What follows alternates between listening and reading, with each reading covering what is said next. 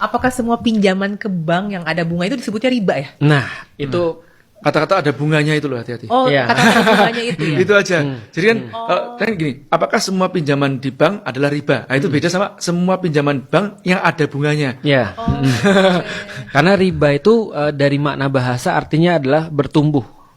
Jadi ada sesuatu yang bertumbuh di situ. Nah, jadi riba kata-katanya adalah tumbuh, artinya beda dengan tumbuh dengan arti tadi zakat. Zakat juga ketika dikeluarkan artinya juga nanti akan bertumbuh, tapi tumbuhnya barokah. Iya, cuma ya kan zaman sekarang orang kan minjem duit juga belum, misal minjem sama saudara belum tentu dikasih. Betul. Nah, itu dia tuh. Nah, itu pakai pusing kan minjem kemana lagi gitu. Lebih repot ya, ribet dan nanti ribut-ribut juga Iya. Iya. sama saudara daripada Benar. sama bank. Aku setuju. Nah, jadi kita harus lihat gini. Kalau aku melihat gini ya, setelah kita menjalani usaha dan segala macam, betul banget bahwasanya hutang kalau itu produktif adalah leverage sebenarnya. Adalah sebenarnya leverage bagi kita untuk melakukan bisnis.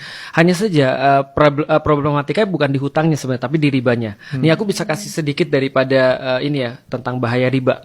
Kata orang riba itu adalah creating money from thin air bagi bank. Bagi bank itu adalah dia menciptakan uang daripada ketiadaan. Artinya kalau misalnya bank ini misalnya muncul lalu menawarkan proses pinjaman riba misalnya. Contoh kayak gini misalnya, Cekitin punya duit 100 juta, Mas Jaya punya duit 100 juta. Aku adalah banknya misalnya. Namun aku nyimpen duit dua orang ini 200 juta. Nah, dan aku misalnya datang padaku seorang yang minjem.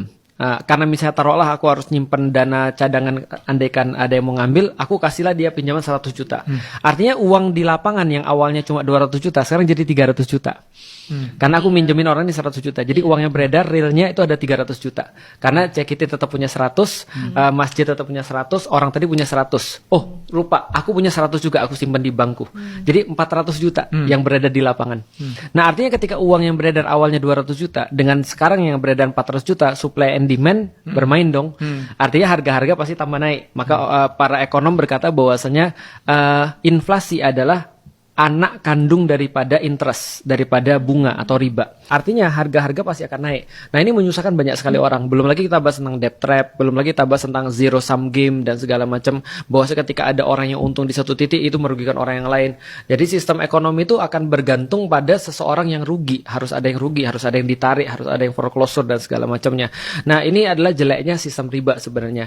Dan ini terjadi di masanya Rasulullah. Ketika Rasul menyaksikan orang-orang ketika minjem 100.000 harus balik 120.000 misalnya, maka 20.000 ini dapatnya dari mana kan gitu kan pertanyaannya kan. Padahal ini nggak ada nih duitnya di 20.000 ini. Nah, artinya disitulah sistem riba menjadi problem.